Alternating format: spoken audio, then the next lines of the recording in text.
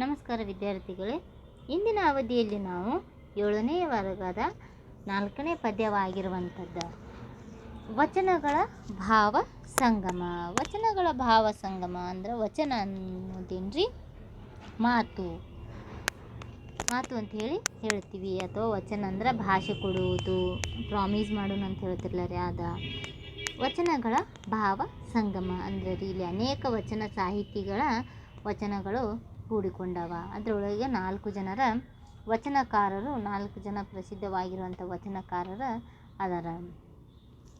ಮೊದಲನೇದಾಗಿ ವಚನಗಳ ಭಾವ ಸಂಗಮ ಪದ್ಯದ ಪ್ರವೇಶ ಏನೈತಿ ಇದ್ರೊಳಗೆ ಅನ್ನೋದನ್ನು ನೋಡೋಣ. ಕನ್ನಡ ಸಾಹಿತ್ಯ ಚರಿತ್ರೆಯಲ್ಲಿ 12ನೇ ಶತಮಾನ ಅತ್ಯಮೂಲ್ಯವಾಗಿರುವಂಥದ್ದು. 12ನೇ ಶತಮಾನವನ್ನು ನಾವೇನಂತ ಕರಿತೀವಿ? ವಚನ ಸಾಹಿತ್ಯ ಅಂತ ಹೇಳಿ ಕರಿತೀವಿ. ವಚನ ಸಾಹಿತ್ಯ ಕನ್ನಡ ಸಾಹಿತ್ಯವನ್ನು ಶ್ರೀಮಂತಗೊಳಿಸಿದ ವಿಶಿಷ್ಟ ಸಾಹಿತ್ಯ ಪ್ರಕಾರ. ವಚನ ಸಾಹಿತ್ಯ ಏನೈತ್ರಿ? ಓದಿದ್ರ ಗದ್ಯ ಆಕೈತಿ, ಹಾಡಿದ್ರ ಪದ್ಯ ಕೂಡ ಆಕೈತಿ. ಈ ರೀತಿಯಾಗಿರುವಂಥದ್ದನ್ನು ನಾವು ವಚನ ಸಾಹಿತ್ಯ ಅಂತ ಹೇಳಿ ಕರಿತೀವಿ. ಜನಸಾಮಾನ್ಯರು ತಮ್ಮ ಸ್ವಾನುಭೂತಿ ನಿವೇದನೆಗಳನ್ನು ತಮ್ಮ ಇಷ್ಟ ದೇವರ ಹೆಸರಿನಲ್ಲಿ ಅಂಕಿತ ನಾಮಗಳನ್ನಿಟ್ಟುಕೊಂಡು ವಚನಗಳ ರೂಪದಲ್ಲಿ ಹೊರಹೊಮ್ಮಿದ ಕಾಲವಿದು. ಈ ಕಾಲದಲ್ಲಿ ಜಾತಿ ಭೇದವಿಲ್ಲದೆ, ಗಂಡು ಹೆಣ್ಣೆಂಬ ತಾರತಮ್ಯವಿಲ್ಲದೆ ಹಲವಾರು ಮಂದಿ ವಚನಗಳನ್ನು ರಚಿಸಿದ್ದಾರೆ. ಜೇಡರ ದಾಸಿಮಯ್ಯ, ಅಲ್ಲಮಪ್ರಭು, ಬಸವಣ್ಣ, ಚನ್ನಬಸವಣ್ಣ, ಅಕ್ಕಮಹಾದೇವಿ, ಮಡಿವಾಳ ಮಾಚಿದೇವ, ಮುಕ್ತಾಯಕ್ಕ, ಸತ್ಯಕ್ಕ ಮೊದಲಾದವರ ವಚನಗಳು ಕನ್ನಡ ಸಾಹಿತ್ಯದಲ್ಲಿ ಹೇರಳವಾಗಿವೆ. ಹೇರಳ ಅಂದ್ರೆ ಬಹಳಷ್ಟದಾವ. ಈ ವಚನಕಾರರ ವಚನಗಳನ್ನು ಅವರವರ ವಚನಾಂಕಿತದಿಂದ ಸುಲಭವಾಗಿ ಅದರ ಕರ್ತೃವನ್ನು ರಚನೆಕಾರರನ್ನು ಗುರುತಿಸಲು ಸಾಧ್ಯವಾಗಿದೆ. ಯಾರು ಈ ವಚನವನ್ನು ಬರೆದ್ರು ಅನ್ನೋದನ್ನು ನಾವು ಸುಲಭವಾಗಿ ಗುರುತಿಸಬಹುದು. ಅದು ಯಾವುದ್ರ ಮುಖಾಂತರ? ಅವರ ಅಂಕಿತ ನಾಮದ ಮುಖಾಂತರ. ಇಂಥ ಅಮೂಲ್ಯ ವಚನಗಳ ಭಾವಾಂತರಂಗದಲ್ಲಿ ಭಕ್ತನ ಪರೀಕ್ಷೆ, ಪರಿಶುದ್ಧತೆ, ಆಚಾರ ವಿಚಾರಗಳು ಹಾಗೂ ಭಕ್ತರ ಪ್ರಾಮಾಣಿಕ ನಡೆ ನುಡಿಗಳನ್ನು ಈ ವಚನ ಭಾವಸಂಗಮದಲ್ಲಿ ಕಾಣಬಹುದಾಗಿದೆ.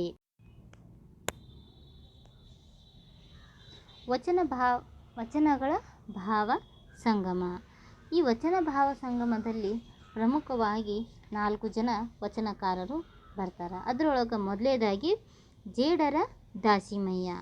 ಜೇಡರ ದಾಸಿಮಯ್ಯ ಅವರು 11ನೇ ಶತಮಾನದಲ್ಲಿದ್ದ ಹಿರಿಯ ಶಿವಶರಣ.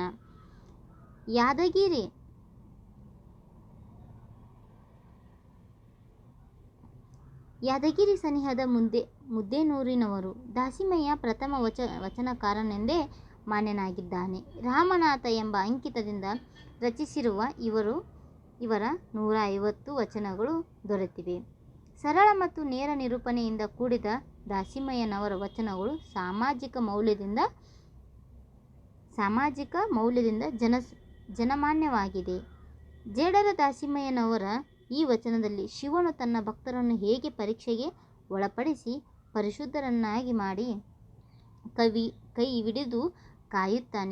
ಕೈ ಹಿಡಿದು ಕಾಯುತ್ತಾನೆಂಬುದನ್ನು ಉಪಮೇಯಗಳ ಮೂಲಕ ತಿಳಿಸಿದ್ದಾರೆ.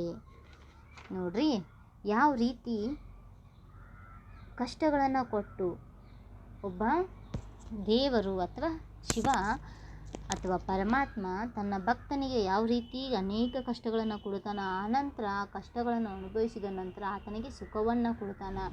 ಆನಂತರ ಆತನ ಕೈಯನ್ನು ಯಾವ ರೀತಿ ಹಿಡಿತಾನ ಅನ್ನೋದನ್ನು ಅಲಂಕಾರಗಳ ಮುಖಾಂತರವಾಗಿ ತಿಳಿ ಹೇಳಿದ್ದಾರೆ ತಮ್ಮ ವಚನದಲ್ಲಿ.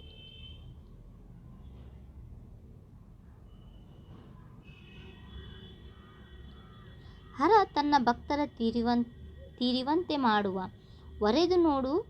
ವರೆದು ನೋಡುವ ಮಿಸುನಿಯದ ಚಿನ್ನದಂತೆ, ಅರೆದು ನೋಡುವ ಚಂದನದಂತೆ, ಅರಿದು ನೋಡು ಕಬ್ಬಿನ ಕೋಲಿನಂತೆ, ಬೆದರದೆ ಬೆಚ್ಚದೆ ಇರ್ದೆಡೆ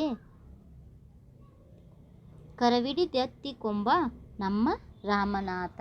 ಕರವಿಡಿದೆತ್ತಿಕೊಂಬ ನಮ್ಮ ರಾಮನಾಥ. ಅಂದರೆ ಏನು ಹೇಳ್ತಾರೆ ಇವ್ರ, ಹರ ತನ್ನ ಭಕ್ತರ ತಿರಿ ಅಂದ್ರೆ ಭಿಕ್ಷೆ ಬೇಡುವಂತೆ ಅಂದ್ರೆ ಅನೇಕ ಕಷ್ಟಗಳನ್ನು ಕೊಡ್ತಾನ, ತಿರುಗಾಡುವಂತಹ ಕಷ್ಟಗಳನ್ನು, ಆತನಿಗೆ ಊಟದ ಸಮಸ್ಯೆಯನ್ನು ಅಥವಾ ತನಗೆ ಅವಶ್ಯಕವಾಗಿರುವಂಥ ಸಾಮಗ್ರಿಗಳನ್ನು ಸಿಗದೇ ಹೋಗುವಂಥದ್ದು ಮತ್ತು ಆತನಿಗೆ ಅವಶ್ಯಕತೆ ಇರುವಂತಹ ವಸ್ತುಗಳು ಸಿಗದೇ ಹೋಗುವಂಥ ಸಮಯನೂ ಕೂಡ ಆತನಿಗೆ ಏನು ಮಾಡ್ತಾನೆ, ದೇವರ ಸೃಷ್ಟಿಯನ್ನು ಮಾಡ್ತಾನೆ. ಅಥವಾ ಏನು ಮಾಡ್ತಾನೆ ಶಿವ ಹರ ತನ್ನ ಭಕ್ತರಿಗೆ ಅನೇಕ ಕಷ್ಟಗಳನ್ನು ಕೊಡ್ತಾನ. ಒರೆದು ನೋಡು ಮಿಸುನಿಯದ ಚಿನ್ನದಂತೆ. ಒರೆದು ಅಂದ್ರೆ ತಿಕ್ಕಿ ನೋಡು. ಒರೆದು ನೋಡು ಅಂದ್ರೆ ರೀ, ಒರೆದು ನೋಡು ಮಿಸುನಿಯದ ಚಿನ್ನದಂತೆ. ಒರೆದು ನೋಡು ಅಂದ್ರೆ ರೀ, ನಾವು ಯಾವ ರೀತಿ ಚಿನ್ನವನ್ನು ತಿಕ್ಕಿ ನೋಡ್ತಿಲ್ಲ ರೀ, ಆ ಚಿನ್ನವನ್ನು ನಾವು ಎಷ್ಟು ತಿಕ್ತೀವಿ ಅದ್ರ ಬೆಲೆ ಹೆಚ್ಚಾಗ್ತೈತಿ ಹೊರತಾಗಿ ಕಡಿಮೆ ಆಗುವುದಿಲ್ಲ.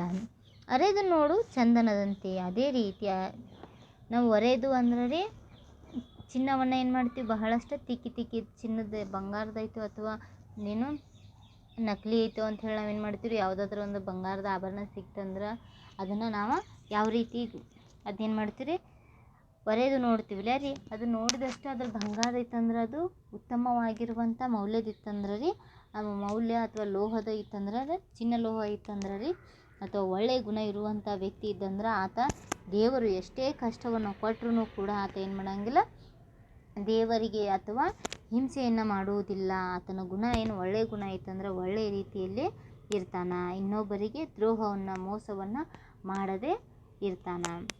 ಅದೇ ರೀತಿ ನಾವು ಚಿನ್ನವನ್ನು ಎಷ್ಟೋ ತಿಕ್ಕಿದ್ರು ಆ ಚಿನ್ನ ಏನಾಕತಿರಿ, ತನ್ನ ಬೆಲೆಯನ್ನು ತನ್ನ ರೂಪವನ್ನು ಕಳೆದುಕೊಳ್ಳಂಗಿಲ್ಲ. ಅದೇ ರೀತಿ ಅರೆದು ನೋಡುವ ಚಂದನದಂತೆ.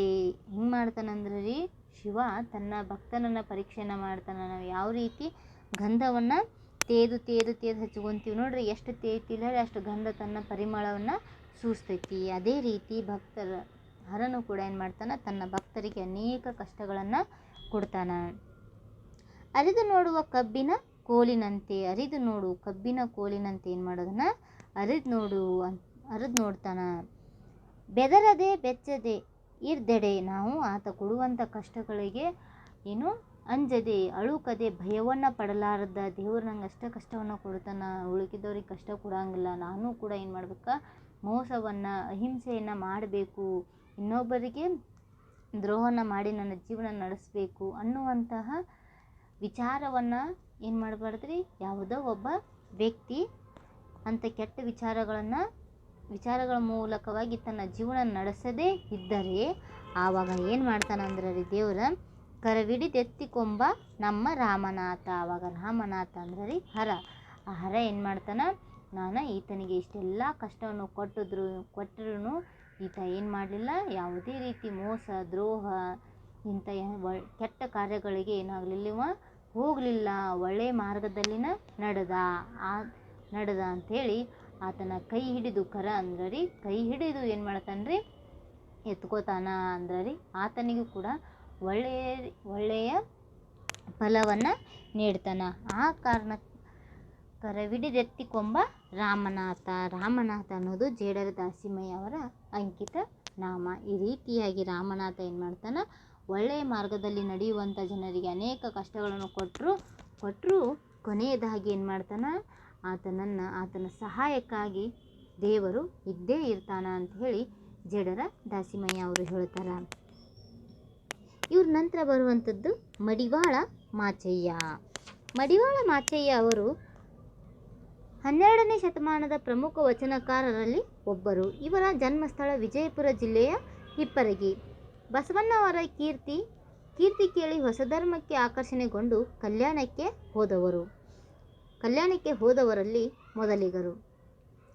ಮಾಚಯ್ಯ ಕಲ್ಯಾಣದಲ್ಲಿ ಶಿವಶರಣರ ಬಟ್ಟೆಗಳನ್ನು ಮಾತ್ರ ಮಡಿ ಮಾಡಿಕೊಂಡಿದ್ದವರು. ಇವರ 353 ವಚನಗಳು ಉಪಲಬ್ಧವಾಗಿವೆ. ಇವೇನ್ರಿ ಮಡಿವಾಳ ಅಂದ್ರೆ ರೀ, ಶಿವಶರಣರ ಕಲ್ಯಾಣದಲ್ಲಿರುವಂಥ ಶಿವಶರಣ ಬಟ್ಟೆಗಳನ್ನು ಮಾತ್ರ ಏನು ಮಾಡ್ತಿದ್ರು, ಇವರ ತೊಳೆದು ಕೊಡ್ತಿದ್ರು. ಶಿವಭಕ್ತರು ಇವರ ವಚನಾಂಕಿತ ನಾಮ ಕಲಿದೇವರ ದೇವ. ಶಿವಭಕ್ತರ ನೆನಪಿಟ್ಟುಕೋರಿ. ಜೇಡರ ದಾಸಿಮಯ್ಯ ಅವ್ರದ್ದು ಅಂಕಿತ ನಾಮ ಯಾವುದು? ರಾಮನಾಥ. ಆಮೇಲೆ ಮಡಿವಾಳ ಮಾಚಯ್ಯ ಅವ್ರದ್ದು ಅಂಕಿತ ನಾಮ ಕಲಿದೇವರ ದೇವ. ನೆನಪಿಟ್ಟುಕೋರೆ. ಶಿವಭಕ್ತರು ಅನೇಕ ಸತ್ವ ಪರೀಕ್ಷೆಗಳಿಂದ ಪರಿಶುದ್ಧರಾಗಿದ್ದಾರೆ. ಅನ್ಯಾಯ ಮಾರ್ಗವನ್ನಿಡಿದು ನಡೆಯುವ ಸಾಮಾನ್ಯ ಮನುಷ್ಯರು ತಮ್ಮ ಹೀನ ಕೃತ್ಯಗಳಿಂದ ಅನೇಕ ಜನ್ಮಾಂತರಗಳಲ್ಲಿ ಬಳಲುತ್ತಾರೆ. ಶಿವಭಕ್ತರನ್ನು ಈ ಜನ್ಮಾಂತರಗಳಿಂದ ಬಳಲಿಸದೆ ಅವರಿಗೆ ಶಿವಾಚಾರ್ಯದ ಸನ್ಮಾರ್ಗ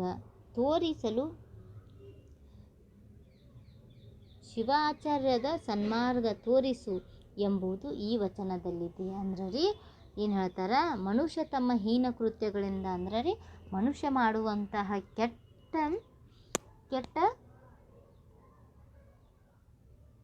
ಕೆಟ್ಟ ಕಾರ್ಯಗಳಿಂದ ಆತನಿಗೇನಾಕೈತೆ ರೀ ಈ ನೀವು ಹೇಳ್ತಾರೆ ಕೇಳ್ರಿ, ಈ ಜನ್ಮದಾಗ ಏನಾದ್ರು ಕೆಟ್ಟ ಕೆಲಸ ಮಾಡೋದಂದ್ರೆ ಮುಂದಿನ ಜನ್ಮದಲ್ಲಿ ಆ ಕೆಟ್ಟ ಕೆಲಸವನ್ನು ಮಾಡಿದ ಪರಿಣಾಮವಾಗಿ ನೀನು ಮುಂದಿನ ಜನ್ಮದಲ್ಲಿ ಆ ಕರ್ಮವನ್ನು ಮುಂದಿನ ಜನ್ಮದಲ್ಲಿ ಅನುಭವಿಸ್ತೀವಿ ಅಂತ ಹೇಳ್ತಾರೆ. ಅನೇಕ ಜನರು ಹೇಳ್ತಾರೆ. ಆದರೆ ಅನುಭವಿಸ್ತಾರೋ ಬಿಡ್ತಾರೋ ಗೊತ್ತಿಲ್ಲ. ಆದ್ರೂ ಇಲ್ಲಿ ಏನು ಹೇಳ್ತಾರೆ ಮಡಿವಾಳ ಮಾಚಯ್ಯ?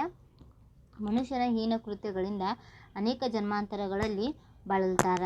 ಅದೇ ರೀತಿ ಅಂತಹ ಜನ್ಮಾಂತರದ ನೋವುಗಳನ್ನು ಏನು ಮಾಡಬೇಡ, ನಮ್ಮ ಶಿವಭಕ್ತರಿಗೆ ಕೊಡಬೇಡ. ಅವರಿಗೆ ಶಿವನ ಆಚರಣೆ ಬಗ್ಗೆ ತಿಳಿಸಿ ಅವರಿಗೆ ಸ್ವರ್ಗವನ್ನು ಸನ್ಮಾರ್ಗವನ್ನು ಸಿಗುವಂತೆ ಮಾಡು ಅಂಥೇಳಿ ದೇವರಲ್ಲಿ ಕೇಳ್ಕೊತಾರ. ಅಂಧಕಾರದ ದೆಸೆಯಿಂದ ಚಂದ್ರನ ಪ್ರಭೆಯಾಯಿತು. ಅಂಧಕಾರದ ದೆಸೆಯಿಂದ ಅಂದ್ರೆ ಅಂಧಕಾರ ಅಂದ್ರೆ ಕತ್ತಲು. ಅಲ್ಲಿ ಏನಿರಂಗಿಲ್ಲ ರೀ, ಬೆಳಕು ಅನ್ನೋದು ಇರುವುದಿಲ್ಲ. ಅಂಧಕಾರ, ಕತ್ತಲೆ ದೆಸೆಯಿಂದ ಚಂದ್ರನ ಪ್ರಭೆಯಾಯಿತು. ಈ ಕತ್ತಲಿರುವುದರಿಂದ ಚಂದ್ರನ ಅಂದರೆ ಬೆಳಕು ಅನ್ನೋದು ಬಂತು. ನಿಂದಕರ ನುಡಿಯಿಂದ ಎಡಿಸಲಯ್ಯ ಶಿವಭಕ್ತ ಪ್ರಭೆಯಾಯಿತು. ನಿಂದಕರ ಅಂದ್ರೆ ಹೀಯಾಳಿಸುವಂತಹ ನುಡಿ ಅಂದರೆ ಹೀಯಾಳಿಸುವಂಥ ಮಾತುಗಳಿಂದ ಶಿವಭಕ್ತಿಯ ಪ್ರಭೆಯಾಯಿತು. ನೀನು ಇಷ್ಟು ದೇವ್ರ ಪೂಜೆ ಮಾಡ್ತೀನಿ, ನೀನು ಬರೀ ದೇವ್ರಂತ ಹೇಳ್ತಿ, ಇಂಥ ಮಾತುಗಳನ್ನು ಕೇಳಿ ಏನಾಯ್ತು ಇಲ್ಲಿ ಶಿವಭಕ್ತಿಯ ಪ್ರಭೆಯಾಯಿತು. ಹೌದಲ್ಲ, ಆತ ಬಹಳಷ್ಟು ದೇವ್ರ ಮೇಲೆ ಭಕ್ತಿ ಅದಾನ ಅನ್ನುವಂಥ ಮಾತುಗಳು ಏನಾಯಿತು ಆ ನಿಂದಕರ ಅಂದ್ರೆ ನಿಂದಿಸುವವನ ಬೈಯುವವನ ಮಾತಿನಿಂದ ಶಿವಭಕ್ತಿ ಏನಾಯಿತು ಎಲ್ಲರಿಗೂ ಗೊತ್ತಾಯಿತು.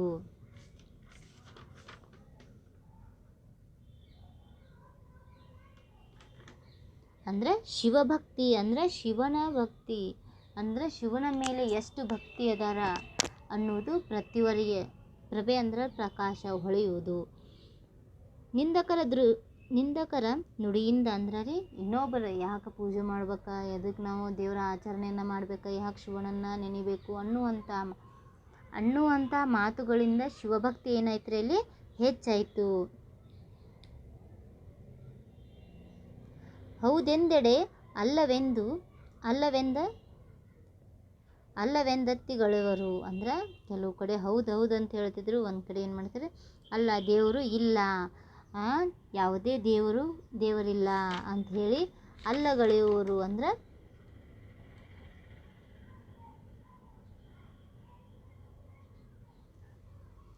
ಕೇಳ್ರಿ,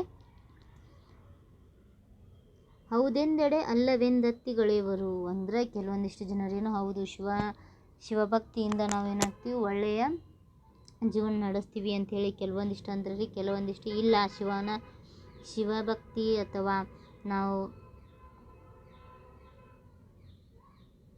ನಾವು ಉತ್ತಮವಾಗಿರುವಂಥ ಜೀವನ ನಡೆಸ್ಬೇಕಂದ್ರೆ ನಾವು ದ್ರೋಹ, ಮೋಸ, ದಗಾಬಾಜಿ ಇವನ್ನೆಲ್ಲವನ್ನು ಮಾಡಿದ್ರೆ ಮಾತ್ರ ನಮ್ಮ ಜೀವನ ಒಳ್ಳೆಯದಾಕೈತಿ ಅನ್ನುವಂಥವ್ರು ಏನಾಕತ್ರು ಶಿವಭಕ್ತಿಯಿಂದ ನಾವೇನಾಗಂಗಿಲ್ಲ, ನಮ್ಮ ಜೀವನ ಉತ್ತಮ ಆಗೋದಿಲ್ಲ ಅಂಥೇಳಿ ಕೆಲವರು ತೆಗಳಾಕತ್ರು. ಕೆಲವೊಂದಿಷ್ಟು ಜನರು ಹೊಗಳಿಕೆ ಮಾತುಗಳನ್ನು ಹೇಳ್ತಿದ್ರು.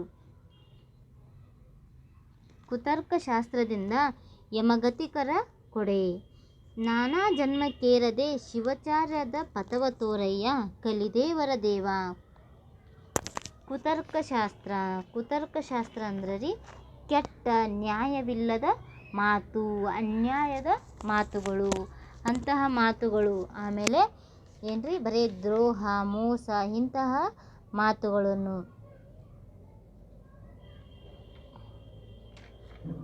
ಇಂತಹ ಮಾತುಗಳನ್ನಾಡುವಂಥ ಜನರು ಇದ್ದರು. ಯಮಗತಿಕರ ಕೊಡೆ, ಅವರಿಗೆ ಯಾವುದೇ ರೀತಿ ಏನು ಮಾಡಬೇಡ, ನೀನು ನರಕವನ್ನು ಕೊಡಬೇಡ. ನಾನಾ ಜನ್ಮಕ್ಕೇರದೆ, ಅಂತಹ ಅನ್ಯಾಯ ಮಾಡುವಂಥ ಜನರಿಗೆ, ಅಂದರೆ ಮೋಸವನ್ನು ಮಾಡುವಂಥ ಜನರಿಗೆ ಯಮಗತಿಗರ ಕೊಡೆ, ನಾನಾ ಜನ್ಮಕ್ಕೇರದೆ, ಅವರಿಗೆ ಶಾಪವನ್ನು ಕೊಡಬೇಡ. ಅವರಿಗೆ ಏನು ನರಕವನ್ನು ಅಥವಾ ನರಕವಾಸವನ್ನು ಅಂಥ ಜನರಿಗೆ ಕೊಡಬೇಡ. ಅದರ ಪಾಲಿಗೆ ಏನು ಮಾಡು, ಶಿವ ಆಚಾರದ ಪಥವ ತೋರಯ್ಯ. ಅವರಿಗೆ ಶಿವನ ಆರಾಧನೆಯನ್ನು ಮಾಡುವಂತಹ ಮಾರ್ಗವನ್ನು ತೋರಿಸು. ಆ ಮಾರ್ಗದ ಮುಖಾಂತರವಾಗಿ ಅವ್ರೇನು ಮಾಡ್ತಾರೆ, ಸ್ವರ್ಗವನ್ನು ಸೇರಲಿ. ಅದನ್ನು ಬಿಟ್ಟು ಅವರಿಗೆ ಅವರು ಮಾಡಿದಂತಹ ಪಾಪದ ಫಲವನ್ನು ಮುಂದಿನ ಜನ್ಮದಲ್ಲಿ ಇಡುವಂಗ, ನರಕದಲ್ಲಿ ಹೋಗುವ ಹಾಗೆ ಮಾಡಬೇಡ ಅಂಥೇಳಿ ಮಡಿವಾಳ ಮಾಚಯ್ಯ ಅವರು ದೇವರಲ್ಲಿ ಬೇಡ್ಕೋತಾರೆ. ಯಾರೇ ಎಷ್ಟು ಕಷ್ಟವನ್ನು ಮಾಡಿದ್ರು, ಯಾರೇ ಎಷ್ಟು ಕಷ್ಟವನ್ನು ಇನ್ನೊಬ್ಬರಿಗೆ ನೀಡಿದರೂ ಕೂಡ ಅವರಿಗೆ ಶಿವನ ಬಗ್ಗೆ ಅಥವಾ ಶಿವನ ಆಚರಣೆಯನ್ನು ಮಾಡೋದ್ರ ಬಗ್ಗೆ ಮತ್ತು ಇನ್ನೊಬ್ಬರಿಗೆ ಸಹಾಯ ಮಾಡುವಂಥ ಮನೋಭಾವನೆಯನ್ನು ಅವರಲ್ಲಿ ಬೆಳೆಸ್ರಿ. ಅದರಿಂದ ಅವರು ಏನಾಕತ್ರಿ, ಮಾನವೀಯತೆ ಅನ್ನೋದು ಬೆಳೆದೈತಿ. ಆವಾಗ ಅವರು ಸನ್ಮಾರ್ಗವನ್ನು ಪಡ್ಯಾಕ ಸಾಧ್ಯ ಆಕತಿ. ಕಲಿದೇವರ ದೇವ ಅಂಥೇಳಿ ಮಡಿವಾಳ ಮಾಚಯ್ಯ ಅವರು ಹೇಳ್ತಾರೆ. ಇವ್ರ ನಂತರ ಮುಕ್ತಾಯಕ್ಕ ಅವರು 12ನೇ ಶತಮಾನದಲ್ಲಿದ್ದ ಅನುಭಾವಿ ಶಿವಶರಣೆ. ಕೇವಲ ಪುರುಷರಷ್ಟೇ ಏನಿದ್ದಿಲ್ಲರಿ, ಇಲ್ಲಿ ವಚನ ಸಾಹಿತ್ಯದಲ್ಲಿ ಪುರುಷರಷ್ಟರಿಗೆ ಏನಿದ್ದಿಲ್ಲ, ಅವಕಾಶ ಅನ್ನೋದು ಇದ್ದಿದ್ದಿಲ್ಲ. ಎಲ್ಲರಿಗೂ ಸ್ತ್ರೀ ಪುರುಷ ಭೇದ ಭಾವ ಎನ್ನಲಾರ್ದ ಎಲ್ಲರಿಗೂ ಏನೈತ್ರಿ, ಇಲ್ಲಿ ವಚನ ಸಾಹಿತ್ಯದಲ್ಲಿ ಅವಕಾಶ ಅನ್ನೋದು ಇತ್ತು. ಅದೇ ರೀತಿಯ ಮುಕ್ತಾಯಕ್ಕ, ಸತ್ಯಕ್ಕ, ಅಕ್ಕ ಮಹಾದೇವಿ, ಹೀಗೆ ಆಯ್ದಕ್ಕಿಲ್ಲಕ್ಕಮ್ಮ, ಅನೇಕ ಮಹಿಳೆಯರು ಕೂಡ ವಚನವನ್ನು ಬರೀತಾರೆ. ಅದರೊಳಗೆ ಪ್ರಮುಖವಾಗಿ ಮುಕ್ತಾಯಕ್ಕ, ಸತ್ಯಕ್ಕ. 12ನೇ ಶತಮಾನದಲ್ಲಿದ್ದ ಅನುಭಾವಿ ಶಿವಶರಣೆ. ಮುಕ್ತಾಯಕ್ಕನ ಜನ್ಮಸ್ಥಳ ಲಕ್ಕುಂಡಿ. ಅಜಗನ್ನ ಅಂಕಿತವಿರುವ ಇವರ 37 ವಚನಗಳು ದೊರೆತಿವೆ. ಆಧ್ಯಾತ್ಮ ಸಾಧನೆಯ ಗುಪ್ತ ಭಕ್ತ ಅಜಗನ್ನನು ಮುಕ್ತಾಯಕ್ಕನ ಸಹೋದರ ಮತ್ತು ಗುರು. ಅಂದರೆ ಗುಪ್ತ ಭಕ್ತ ಅವನ ಹೆಸರು.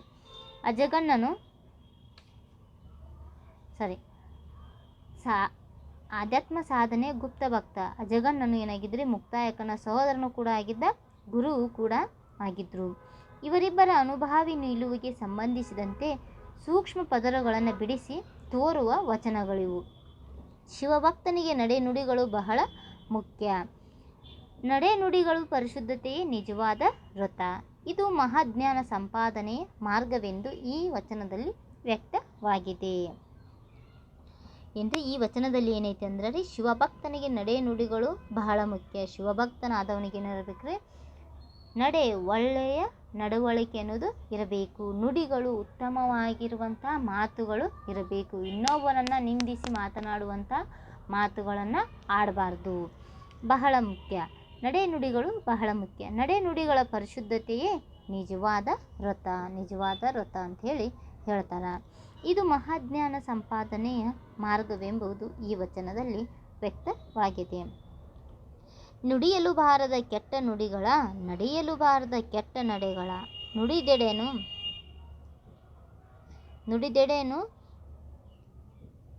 ನಡೆಯದಿರ್ದೆಡೆನು, ಹಿಡಿದ ರಥವ ಬಿಡದಿರಲು, ಅದೇ ಮಹಾಜ್ಞಾನಾರ್ಚನೆ ಎಂಬೆನು ಅಜಗನ್ನ ತಂದೆ. ಏನು ಹೇಳ್ತಾರೆ ಇವರ ಮುಕ್ತಾಯಕ್ಕ? ನುಡಿಯಲು ಬಾರದು ಕೆಟ್ಟ ನುಡಿಗಳ. ನಾವು ಶಿವಭಕ್ತನಾದವನು ಏನು ಮಾಡಬೇಕು? ಕೆಟ್ಟ ನುಡಿಗಳನ್ನು, ಕೆಟ್ಟ ಮಾತುಗಳನ್ನು ಆಡಬಾರ್ದು. ನಡೆಯಲು ಬಾರದು ಕೆಟ್ಟ ನಡೆಗಳ. ನಮ್ಮ ನಡವಳಿಕೆ ಏನಾಗಿರ್ಬೇಕ್ರಿ? ಕೆಟ್ಟದಾಗಿರಬಾರ್ದು. ನಾವು ಇರುವಂಥ ನಡವಳಿಕೆಯನ್ನು ಇನ್ನೊಬ್ಬರ ಬಗ್ಗೆ ಚಾಡಿ ಹೇಳುವುದು ಅಥವಾ ಇನ್ನೊಬ್ಬರನ್ನು ಹೀಯಾಳಿಸಿ ಮಾತಾಡೋದು, ಅವ್ರ ಬಗ್ಗೆ ಹೇಳೋದು, ಇವ್ರ ಬಗ್ಗೆ ಮಾತಾಡೋದು, ಅಂತಹ ನಡವಳಿಕೆ ಶಿವಭಕ್ತನದು ಇರಬಾರ್ದು. ನಾವು ಈ ರೀತಿಯಾಗಿ ಕೆಟ್ಟದಾಗಿ ಮಾತಾಡುವುದು ಮತ್ತು ನಮ್ಮ ನುಡಿ ನಡೆ ಒಳ್ಳೆಯದಾಗಿರ್ಲಿಕ್ಕಂದ್ರೆ ನಮ್ಗೆ ಎಷ್ಟೋ ಸಾವಿರಾರು ವ್ರತಗಳನ್ನು ಅಚ್ಚುಕಟ್ಟಾಗಿ ವ್ಯವಸ್ಥಿತವಾಗಿ ಮಾಡ್ತೀವಿ ಅಂದ್ರೂ ಕೂಡ ಅದು ಏನಾಗಂಗಿಲ್ಲ ರೀ, ಒಳ್ಳೆಯದಾಗಿರುವಂಥ ಆಚರಣೆ ಆಗಕ್ಕೆ ಸಾಧ್ಯ ಇಲ್ಲ. ಅದನ್ನು ಬಿಟ್ಟು ಎಲ್ಲರಿಗೆ ನಮ್ಮ ನಡೆ ನುಡಿ ಏನಾಗಿರ್ಬೇಕು ರೀ, ಎಲ್ಲರೂ ಮೆಚ್ಚುವಂಥ ನಡೆ ನುಡಿಗಳಾಗಿದ್ರೆ ಅದ ಏನಾಕೈತಿ ಜ್ಞಾನ ಆಚರಣೆ ಆಕೈತಿ ಅಂಥೇಳಿ ಮುಕ್ತಾಯಕ್ಕೆ ಹೇಳ್ತಾಳೆ. ಅಂದ್ರೆ ರೀ ನಮ್ಮ ನಡೆ ನುಡಿ ಏನಾಗಿರ್ಬೇಕು ರೀ, ಯಾವಾಗಲೂ ಒಳ್ಳೆಯ ನಡೆ ಇರಬೇಕು, ಒಳ್ಳೆಯ ನಡೆ ನುಡಿಗಳು ಇರಬೇಕು. ಅಂದಾಗ ಮಾತ್ರ ನಮ್ಮ ಜೀವನ ಅನ್ನೋದು ಏನಾಕೈತಿ ರೀ, ಒಂದು ಒಳ್ಳೆಯದು ಉತ್ತಮವಾಗಿರುವಂಥ ಜೀವನ ಗುರುತಿಸೋಕೆ ಸಾಧ್ಯ ಆಕೈತಿ. ಅದನ್ನು ಬಿಟ್ಟು ನಾವು ಇನ್ನೊಬ್ರ ಬಗ್ಗೆ ಕೆಟ್ಟದನ್ನು ಮಾತಾಡೋದು, ಇವತ್ತು ನಾವು ಉಪವಾಸ ಇದೀನಿ ಅದನ್ನು ತಿನ್ನಂಗಿಲ್ಲ ಇದನ್ನು ತಿನ್ನಂಗಿಲ್ಲ ಅಂತ ಹೇಳೋದು, ಮತ್ತು ನಮ್ಮದು ಇನ್ನೊಬ್ರಿಗೆ ಮೋಸ ದ್ರೋಹಗಳನ್ನು ಮಾಡ್ಕೊತ ತಿರುಗಾಡಿದ್ರೆ ಆ ಉಪವಾಸಕ್ಕೆ ಏನಾಗಂಗಿಲ್ಲ ರೀ, ಬೆಲೆ ಅನ್ನೋದು ಬರೋದಿಲ್ಲ. ದೇವರಿಗೂ ಕೂಡ ಏನಾಗಂಗಿಲ್ಲ, ಉಪವಾಸ ಅನ್ನೋದು ಆತನಿಗೂ ಕೂಡ ಅದು ಸರಿಯಾದ ರೀತಿಯ ಉಪವಾಸ ಆಗುವುದಿಲ್ಲ. ಅಲ್ಲಿ ಏನಾಕೈತಿ ರೀ, ಮೋಸದ ವಂಚನೆಯ ಉಪವಾಸ ಆಕೈತಿ. ಆ ಕಾರಣಕ್ಕಾಗಿ ನಾವು ಎಷ್ಟೇ ವ್ರತವನ್ನು ಮಾಡಿದರೂ ನಾವು ಮೊದಲು ಏನು ಮಾಡ್ಬೇಕು ರೀ, ದ್ರೋಹ, ಮೋಸ, ದಗಾಬಾಜಿ ಇಂಥ ಎಲ್ಲ ಕೆಟ್ಟ ಕಾರ್ಯಗಳನ್ನು ಬಿಟ್ಟು ಒಳ್ಳೆಯ ಮಾರ್ಗದಲ್ಲಿ ನಡೆದ್ರೆ ಮಾತ್ರ ನಮ್ಮದು ಉತ್ತಮವಾಗಿರುವಂಥ ಜೀವನ ಮತ್ತು ಒಳ್ಳೆಯ ಶಿವಭಕ್ತನಾಗಕ್ಕೆ ಸಾಧ್ಯ ಆಕೈತಿ. ಇದರ ನಂತರ ಸತ್ಯಕ್ಕ 12ನೇ ಶತಮಾನದಲ್ಲಿದ್ದ ಶಿವಶರಣೆಯರಲ್ಲಿ ಒಬ್ಬಳು. ಶಿವಮೊಗ್ಗ ಜಿಲ್ಲೆ ಶಿರಾಳಕೊಪ್ಪ ಸಮೀಪದ ಹಿರೇಜಂಬೂರು ಸತ್ಯಕ್ಕನ ಜನ್ಮಸ್ಥಳ. ಶಿವಭಕ್ತರ ಮನೆಯ ಅಂಗಳ ಕಸಗುಡಿಸುತ್ತಾ ಶಿವಭಕ್ತಿಯನ್ನು ಆಚರಿಸುವುದು ಇವರ ಕಾಯಕವಾಗಿತ್ತು. ಶಿವನಲ್ಲದೆ ಅನ್ಯ ದೈವವ ಪೂಜಿಸೆ, ಶಿವಶಬ್ದವಲ್ಲದೆ ಅನ್ಯ ದೈವದ ಶಬ್ದವ ಕೇಳೆ ಎಂಬ ಪ್ರತಿಜ್ಞೆ ಹೊರದಾಗಿತ್ತು. ಅಂದರೆ ಶಿವನಿಲ್ಲದೆ ಅಂದರೆ ಶಿವನನ್ನು ಬಿಟ್ಟ ಬೇರೆ ಯಾವುದೇ ದೇವರನ್ನು ನಾನೇನು ಮಾಡಂಗಿಲ್ಲ, ಪೂಜಿಸುವುದಿಲ್ಲ. ಶಿವಶಬ್ದವಲ್ಲದೆ ಅನ್ಯ ದೈವದ ಶಬ್ದ ಕೇಳುವುದಿಲ್ಲ. ನನಗೆ ಶಿವ ಅನ್ನುವಂಥ ಶಬ್ದವನ್ನು ಬಿಟ್ಟರೆ ಇನ್ಯಾವ ದೈವದ ಶಬ್ದವೇನಾಗಂಗಿಲ್ಲ, ನನಗೆ ಕೇಳಿಸುವುದಿಲ್ಲ, ಕೇಳುವುದಿಲ್ಲ ಅನ್ನೋದು ಅವ್ರದ್ದು ಪ್ರತಿಜ್ಞೆ ಆಗಿತ್ತು. ಶಂಭುಜಕೇಶ್ವರ ಎಂಬುದು ಸತ್ಯಕ್ಕನ ವಚನಗಳ ಅಂಕಿತ ನಾಮ. ಇವರ 27 ವಚನಗಳು ದೊರಕಿವೆ. ಇವರ ವಚನ: ಪರರ ಧನ ಪರಿಶ್ರಮವಿಲ್ಲದೆ ದೊರಕುವ ಯಾವುದೇ ಆಸೆ ಆಮಿಷಗಳಿಗೆ ಶಿವಶರಣರು ಒಳಗಾಗಬಾರದು. ಹಾಗೇನಾದರೂ ಒಳಗಾದ ಪಕ್ಷದಲ್ಲಿ ಅಂಥವರಿಗೆ ನರಕ ತಪ್ಪಿದ್ದಲ್ಲ. ಅಂಥವರು ಶಿವಶರಣರೇ ಅಲ್ಲ ಎಂಬ ಭಾವ ಪ್ರಕೃತ ವಚನದಾಗಿದೆ. ಏನು ಹೇಳ್ತಾರೆ ಇವರ?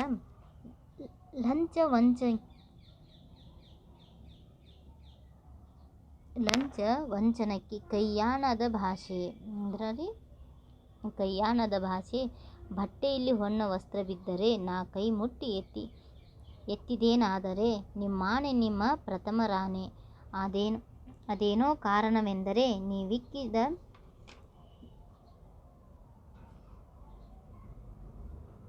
ಭಿಕ್ಷದೆಲ್ಲಿಪ್ಪನಾಗಿ ಇಂತಲ್ಲದೆ ನಾನು ಅಳಿಮನವ ಮಾಡಿ ಪರದ್ರವ್ಯಕ್ಕೆ ಆಶೆ ಮಾಡಿದನಾದರೆ ನೀನಾಗಲೇ ಎನ್ನ ನರಕದಲ್ಲಿ ಅದ್ದಿ ನೀನೆಂದು ಹೋಗ ಶಂಭುಜಕೇಶ್ವರ. ಏನು ಹೇಳ್ತಾರಂದ್ರೆ ಇವರ?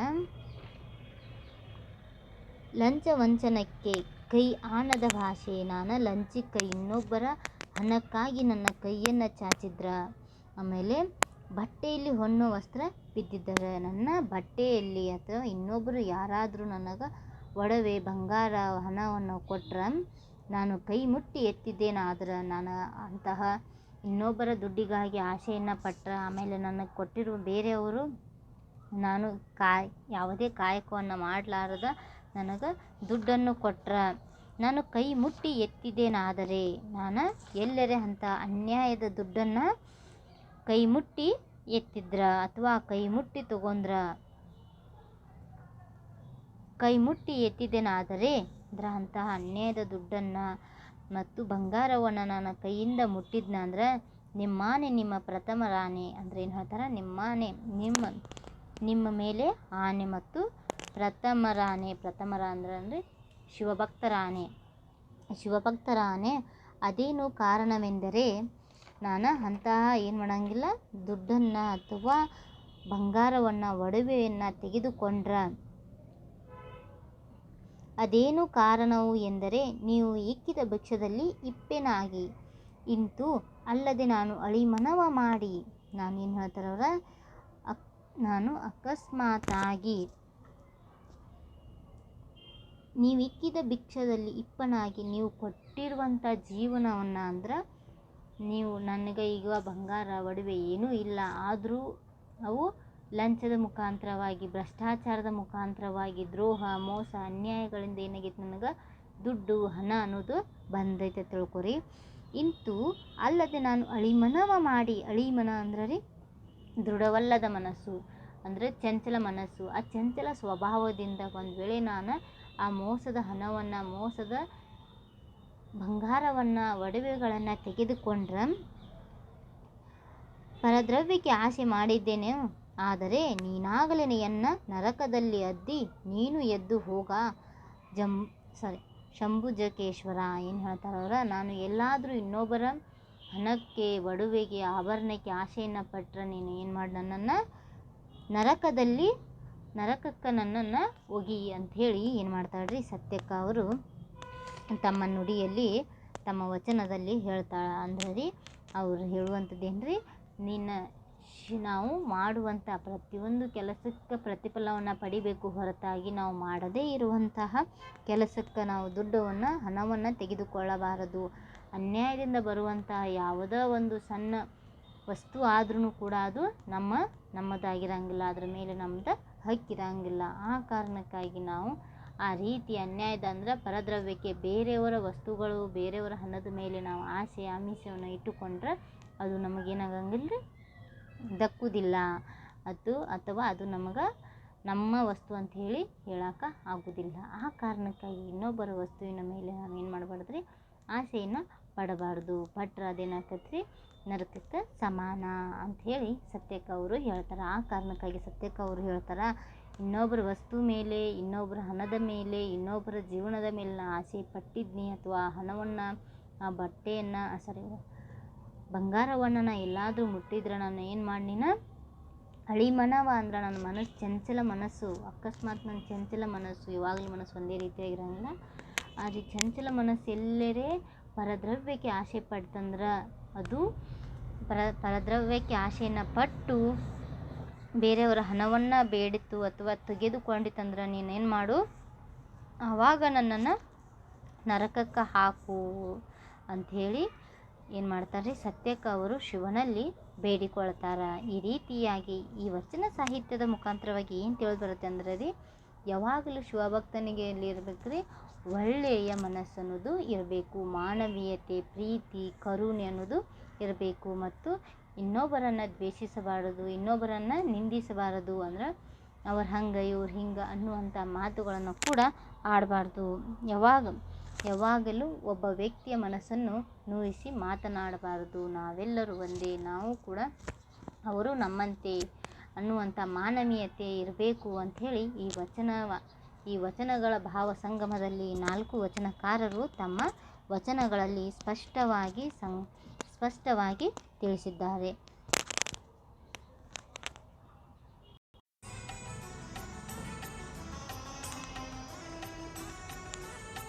ತನ್ನ ಭಕ್ತರ ತಿಳಿವಂತೆ ಮಾಡುವ,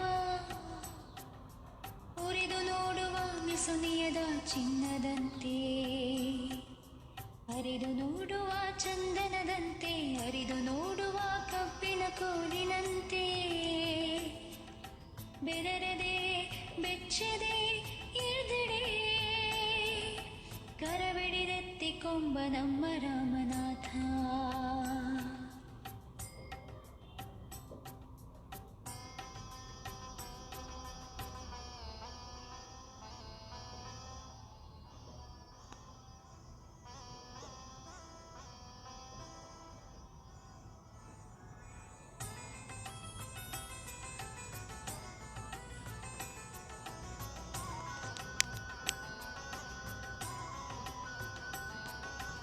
ಅಂಧಕಾರದ ದಿಸೆಯಿಂದ ಚಂದ್ರನ ಪ್ರಭೆಯಾಯಿತು.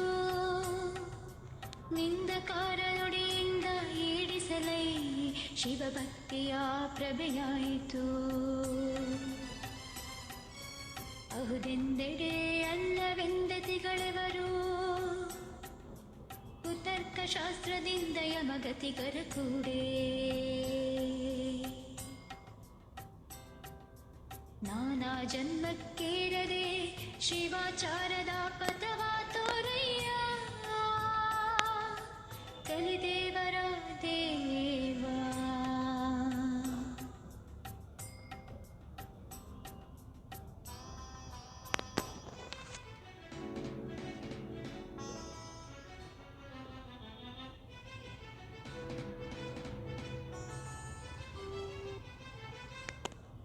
ನುಡಿಯಲು ಬಾರದು ಕೆಟ್ಟ ನುಡಿಗಳ, ನಡೆಯಲು ಬಾರದು ಕೆಟ್ಟ ನಡೆಗಳ, ನುಡಿದಡೇನು ನಡೆಯದೆತ್ತಡೇನು. ಹಿಡಿದ ವ್ರತವ ಬಿಡದಿರಲು ಅದೇ ಮಹಾಜ್ಞಾನದಾಚರಣೆ ಎಂದೆನು ಅಜಗಣ್ಣ ತಂದೆ.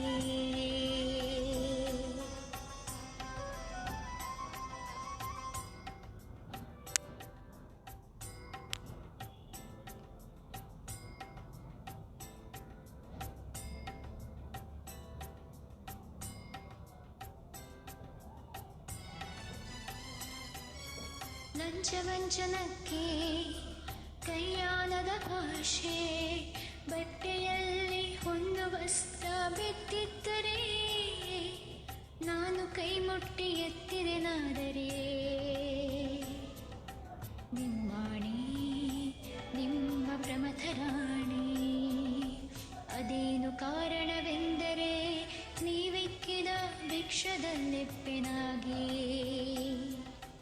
ಇಂತಲ್ಲದೆ ನಾನು ಅಳಿಮನವ ಮಾಡಿ ಪರದ್ರವ್ಯಕ್ಕೆ ಆಸೆ ಮಾಡಿದೆನಾದರೆ